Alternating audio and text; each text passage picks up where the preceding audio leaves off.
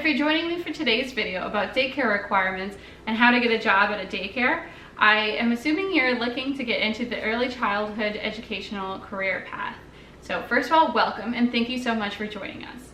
Be sure to stick around till the end of the video to make sure you're getting all of the essential information that you need to be qualified to work at a daycare. So our first and honestly one of our most important requirements is going to be having a clean background. So what I mean by that is not having a criminal history, or if you're applying to be, say, a bus driver at a daycare facility and your license was suspended, you've had a DUI, things like that, you're not going to get the position. So I'm sorry if that sounds harsh, but once you receive a job offer, you're going to be fingerprinted and have a background check done on you. So it's really important that you're honest throughout the whole application process. There's going to be an area, if you have anything in your background that you need to explain, there'll be areas for that. But it is really important and a requirement to have a clean background with no criminal history.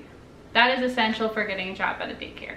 So if you have some things in your background that you're kind of sure won't get you the job, I would recommend saving yourself time and hassle and going a different route. Our second requirement for working in a daycare is going to be you have to be 18 years of age or older, but you also have to have your high school diploma or a GED equivalent. Our third requirement is going to be CPR, AED, and first aid certifications. So most centers, if you don't already have that when you apply, they will, upon hire, put you into kind of a group if your coworkers have anybody that they need to renew it coming up, or if anyone else doesn't have it. They'll get everybody that needs either a refresher course or to get their certifications in kind of a group. Typically it's on a Saturday. Sometimes they'll do it after work during a weekday at the center, but that way you guys can all get kind of qualified together, certified together. This is one of those things though, if you come already certified in that, that can put you at the front of the pack for like if looking at getting interviews, when people are reviewing your resume, your application, if they see that you're certified in all of those already and maybe the next person isn't, that might give you a leg up. Our fourth requirement is going to be a very serious one. So every state is different with what they call it, what the certifications are, how you go about it, and what it entails. But most typically, it's going to be through DCF, so the Department of Children and Families. Our fourth requirement is going to be a big one. So it will differ state to state, usually what it's called in the exact certification, but you will need to be certified typically within the first year of working in daycare or childcare centers. So through Florida, we go through DCF, the Department of Children and Families, and we get a 40-hour certification, things like rules and regulations, safe sleeping, and other really important, valuable information that we have to be certified in. And then we have a 5-hour early literacy course that we also have to do. So in total it's 45 hours, but it's like the 40-hour requirement. Through the DCF website, they offer courses so you can, read about it, take quizzes, different things like that. There are different categories that you'll be, tested on, so you can take those courses to gain more knowledge and information. You do have to pay for the courses, and you do have to pay for the tests. Now, you're not required to take all of the courses in order to take the tests, but there are some that I do absolutely recommend no matter what state you're in, one being the rules and regulations course. Every state is different, but if you can take your courses or the tests before you start at a daycare, then that is going to be amazing. If you can put that you've started or that you've already finished your test, your certification before your interview, like as you're applying, they are going to see that and love that, and that's going to put you way ahead in the application process and then the hiring process. If you're unable to, something that I might work in though into your application process, maybe put it on your resume under certifications.